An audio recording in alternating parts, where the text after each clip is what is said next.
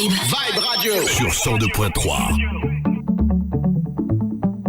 Allez les amis, de retour dans le Vibe Up avec Ninou sur Vibe Radio. Dernière partie de notre rubrique Kai Job sur Vibe Radio. Et puis aujourd'hui, Amdi et Maktar. Je suis très contente parce qu'on l'a enfin si suñu studio bi. Muy Djibril Aïssata Gueye qu'on applaudit très très fort. Djibril Dag Fashion, Dag Swag, wala bokk. Djibril, nu mu demee? Nice, I'm cool. Et vous? Mais ça va, mais dis-moi, qu'est-ce que ça te fait d'être ici, en face de moi, c'est Studio B? Je dis, enfin. Enfin, parce qu'il y a un gros. Non, ça fait plaisir. Moi, je me souviens, quand j'ai commencé l'émission, c'est mon première année, je m'avais envoyé un Instagram, Ninou, man, j'aimerais bien, il y a beaucoup de choses dont j'aimerais parler, mais il n'y a pas de problème, mais chaque fois, des sous emploi du temps, c'est sur Facebook. Ouais, mais franchement, ça fait longtemps qu'il y a des glous, et je les suivre aussi. Amdi et Maktar, je vous laisse avec Djibril. Wow, bon, tey nag ñu dalal suñu benn boy. benn boy sama boy la parce que dafa ma sonal quoi. Mais c'est quelqu'un boo xam man je l'admire, xam nga ku ma respecté, ku ma jox cër koo xam ne vraiment c'est quelqu'un qui voilà koo xam man icône la si man quoi. Mu tudd moom Djibril Aïssata Gueye mu nekk entrepreneur. Djibril nag ñu xam ko un peu si milieu mode parce que foofu la commencé avec marque mu tudd Dag Swag.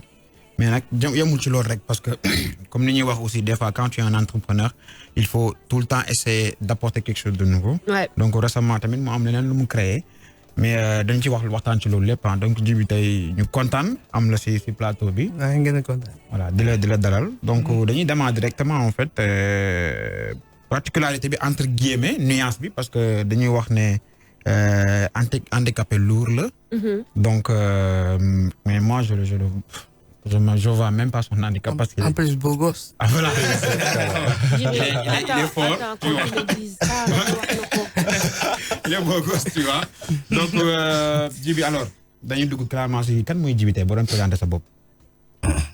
Bon, moi c'est Djibril Aïssata Gueye comme tu viens de le dire. Je suis infographiste et monteur de vidéos. xaw naa cëf tuuti web master mais yeggaluma ko. Ndaw. Bon, Djibi, c'est quelqu'un de simple, quelqu'un qui adore travailler, qui adore faire des choses pour satisfaire des personnes. Bon, en résumé, c'est ça, Djibril. Ouais. Djibril pense tout son temps à travailler. C'est ça, Djibril. C'est intéressant parce que tey ñu nekk si dëkk boo xam ne peut-être les gens pensent que quand tu as boo amul yenn possibilités yi boo amul tu as une mobilité réduite rek tu peux pas faire grand chose. Et tey Djibi c'est l'exemple parfait de tey une vie accomplie parce que au-delà de infographiste bi mu nekk am na marque am na fan yii tamit créé nga fi benn service de livraison ainsi de suite donc tey pourquoi nga décidé ne que tu vas te lancer en entrepreneuriat qu'est-ce qui t'a vraiment poussé à le faire? Bon, comme pour moi bépp personne bu normale tu dois pas te dire que da nga am blocage tu vas pas bouger. Non, moi je pense que si bépp situation bu nekk tu peux faire quelque chose et devenir quelqu'un. J'étais à la maison bàyyi jàng parce que mënu moon di ko ne c'était difficile d'aller tous les jours à Grand Yoff Talibou Dabo. Je devais toujours être accompagné de 2 personnes, mes frères, alors que ñoom aussi amoon nañ seen vie bopp amoon nañ seen avenir bu ñu gérer donc c'était plus possible. Donc ma toog kër ga j'avais plus rien à faire à part me connecter. C'est juste c'était moo nekkoon sama routine en fait. Mais si la aimé benn travail mooy tout ce qui touche l'image. Si la jëlee amour bi foofu ma nekk di suivre ay tutos di topp di former sama bopp ba après ma dem defi formation boo xam ne à domicile la woon c'était quand même difficile parce que pour nga gisoon ku ñëw di la defal ba 5 heures formation après mu jox la diplôme problème la woon. moo tax je remercie directeur u Siga bi nekk Guédiawaye moo si jàppoon bu baax fayeku ma sax normalement. ba ma defee formation yi ba pare donc je me suis dit waaw léegi def naa sama formation ok fa laa jëlee xaalis fa laa liggéey. ma xam ne man pour ma dem di liggéey entreprise dafay métti dina métti je me dis pas que c'est impossible mais dina métti. donc faw ma créer loo xam ne maa ko moom sama bopp maa ci liggéeyal sama bopp. comme que je sais pas xam nga dafa nekk ci dal bi xaw ma mais jaaytaat dafa jeex.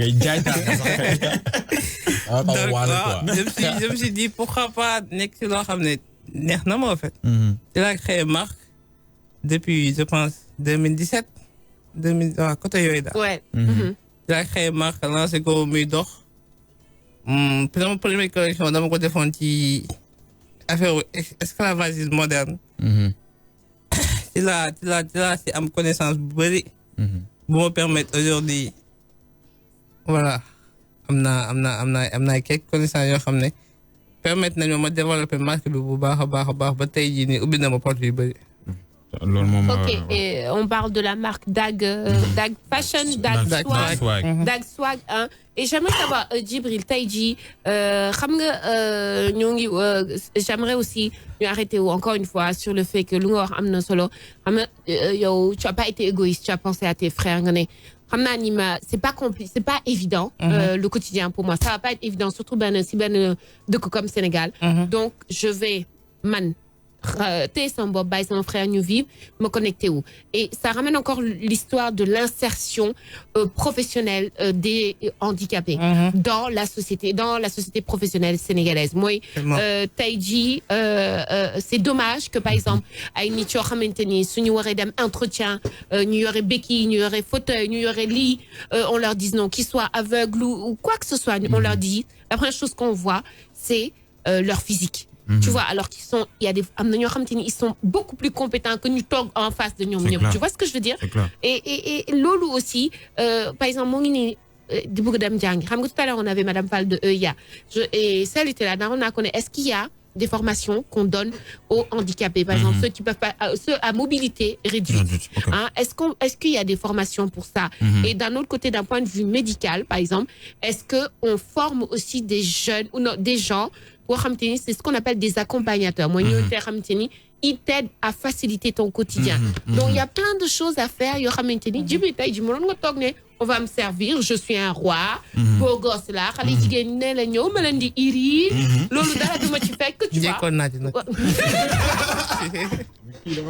c'est sérieux quoi. Non, c'est vrai. Mais tu dis que tu ça fait une rose bob ne Djibril, mëno nek beau gosse té nga ñak liggéey aussi. Est-ce que xam nga? Donc comment ça a été au début quand tu as commencé et surtout il y a un produit à partir t-shirt yi ngay créé. Je dirais que c'était pas évident parce que tu devais partir de rien pour faire quelque chose. Ouais. Donc c'était compliqué. Première méthode, moi je faisais des designs. Je postais ça. S'il y a des commandes, damay dem commande des t-shirts. Après, je boîte encore ce que de faire design bi. Fay ko. Après, je fais livrer ko. C'est non là commencé on. Après, par la suite, da ngay gën di dem di gën am expérience. Demoon naa ba jënd samay ba jënd matériel yoo xam ne mooy defar t-shirt yëpp. ba di employer des gens yoo xam ne ñoo koy defar après ñoo koy livrer. Mais voilà, c'est comme ça que ça s'est passé. Mais dama dem ba 2020 moom dama pause marque. 2020 ñu ko pause di. 2020 moom ça fait une année. On pause parce que dama siisu quoi. Pourquoi nga siisu? Non, da ngay siisu parce que des fois da ngay nekk ci dara nga am say xarit wala nga am say mbokk. yoo xam ne. ñoom dañuy bëgg nekk ci yow li nga nekk carrément comme si ngay def ñu bëgg ko def même chose. Alors au lieu ngeen ñëw ngeen nekk benn gën a am doole. Non, da ngay gis kii jaar gauche, kii jaar droite. Après, toi, si tu veux conserver lien boobu ngeen am, ça risque d'être compliqué parce que Sénégal moom maintenant. Des fois, comme ni ko doon jege sax mu foog ne. Voilà, tu triches. Voilà, il y a quelque chose. Genre conflit d'intérêt quoi. Voilà, tu comprends pas. Moi, je me suis dit que commencer naa ko maa ci mën mais bon. Non, je comprends parfaitement. Mais non, mais c'est pas. Mais parce qu'il y a des clients qui ont des soxla. Si, même 2020, defuma benn collection, j'ai toujours des messages. Surtout. Defal la collection, dinaa defal mais 2021 damay jaay neex tuuti. Dinaa defal mais. Yow Djibril xaw ma ko j'aime pas di. Ouais. Di entrer en, je sais pas comment on dit. Un conflit. En concurrence avec des proches ou je veux pas faire ça. Non mais je suis pas mais je suis pas je sais pas. Non, mais c'est pas. Mais toi, je dis que là. Je suis pas. Non, mais warul demee noonu en fait. Warul demee noonu. C'est-à-dire yow tu t'es lancé xaaroo kenn ci dara. Tu as mis en place ta marque di ko développer ba dem ba am benn clientèle benn communauté boo xam ni gëm nañ la à chaque fois ñi ngi xaar collection. collection Covid sax waroon na am pourquoi pas. Donc décembre beeg ñëw maa ngi dégg sànq Maxtaar di la ko soufflé. donc yooyu yëpp c'est des choses yoo xam ni yow def ko quoi. n'empêche boo amee rakk wala mag boo bokkal ndey ak baay bu gisee ni Djiby li muy def man aussi war naa ko mën a def mais n'empêche na ko def nga def yow ku nekk ci li mu nekk quoi. non je dis ça juste pour di attirer benn attention ci Sénégal que ne boo amee sax xarit wala nga am benn connaissance boo xam day def yow loo xam da ko bëgg def. Rapproche-toi de lui pour essayer de nek ben ngeen am doole. Ouais, je suis d'accord. Parce que boy nek ben chaque jour, Sénégal amul esprit gen bokku wala lol non c'est très difficile. Loolu moom xam nañ ko. Lol c'est très difficile. Alors que ça doit pas se passer comme ça pour moi. Mais man tay désolé ñu man tay fi may attirer sa attention rek encore une fois mooy comme ni mu da nga am ben clientèle boo xam dañu nekk fii di la xaar. La deuxième chose mooy tu peux, en entrepreneuriat, en business, tu auras toujours des concurrents. Maintenant, il y a une manière de traiter ce concurrent. Vous faites que vous avez son propre frère, vous avez une marque comme vous, vous avez une marque comme vous. Mais l'essentiel que vous avez lié parce que vous faites une niche. Vous avez une clientèle, vous avez une clientèle.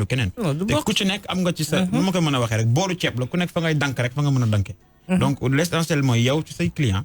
Il faut essayer de les tenir parce que l'ingé def bu rafetul won moi je te dis hein tu me connais très bien donc non l'ingé def baaxul mais sincèrement j'adore ce que tu fais. Ben justement Mactar, voilà. Moi j'aimerais bien que Djibril mu wax ñu qu'est-ce qu'il fait yan produit les proposer clients yi ak gars yi déglu Vibe instant yi. Des t-shirts, des suites t-shirts.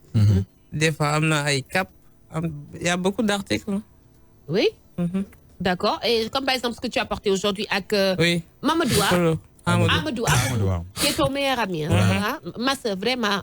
Parce que, qui dit que Amadou, alors ça fait quoi nga nek ak benn beau gosse?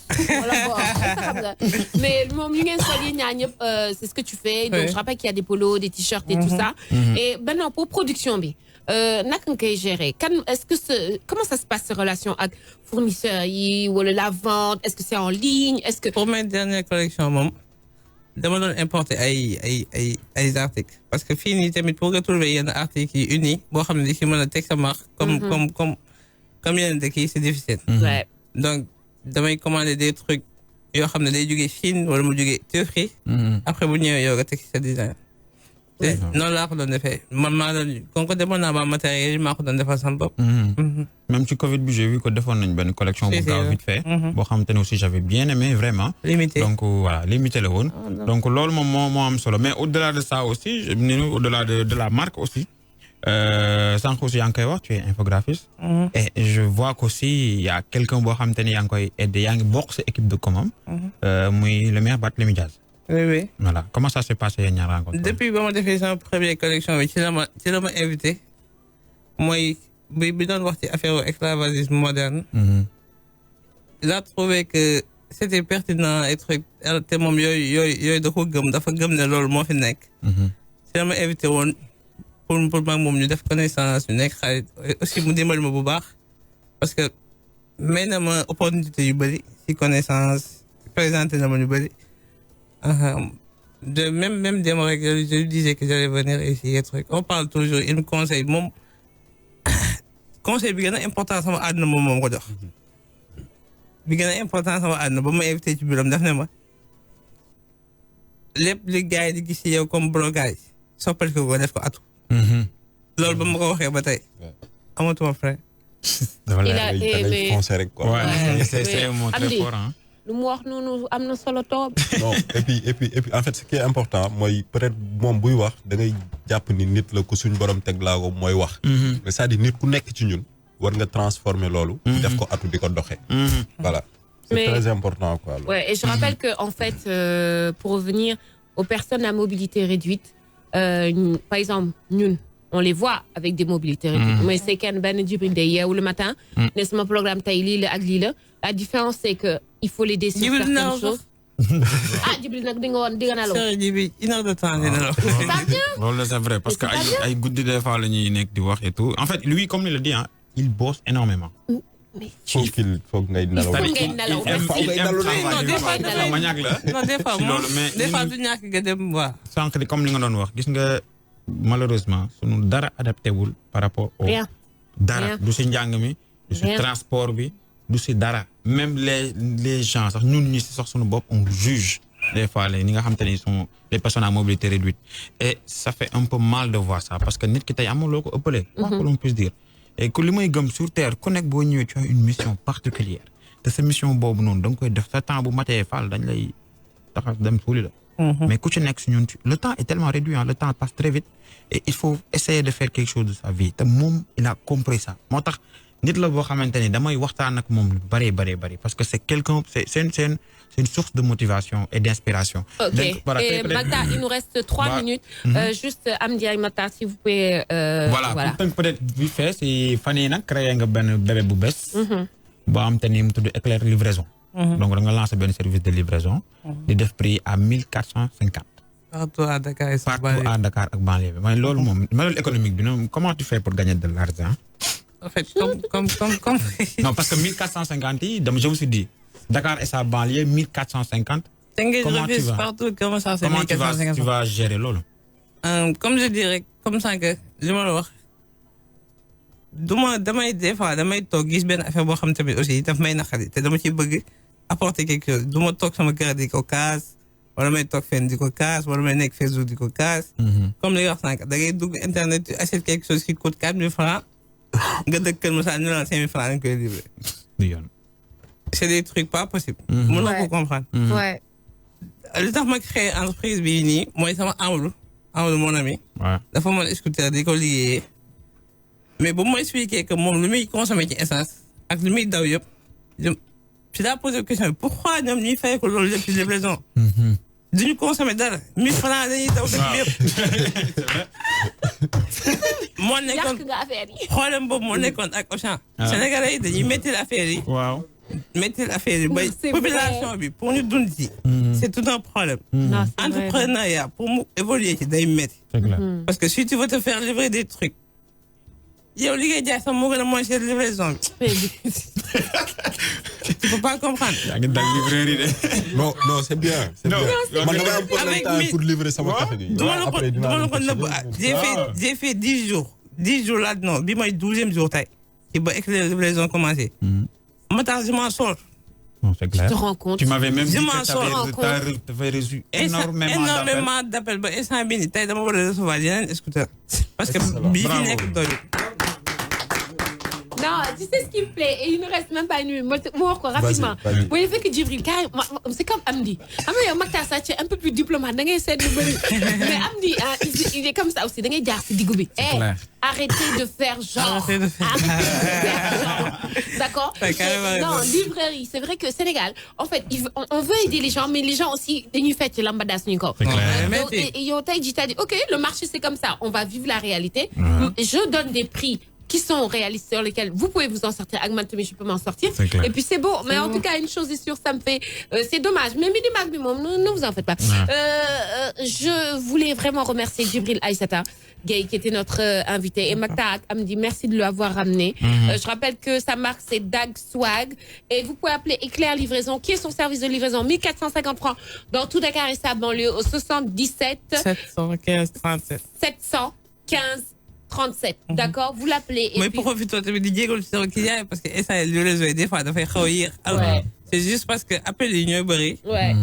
Pour satisfaire yépp da fay xaw metti motax sax ñu defaat yeneen commande pour d'autres scooters pour mu gëna gaaw. Dina baax inshallah. Andi Makta tàggu leen. Waaw kontaan ci yéen kontaan encore ñu doon déglu donc di wax ne tous voilà merci pour. Je remercie waa Expresso tamit. Waa Expresso waaw dégg naa yow tamit. Travail là-bas.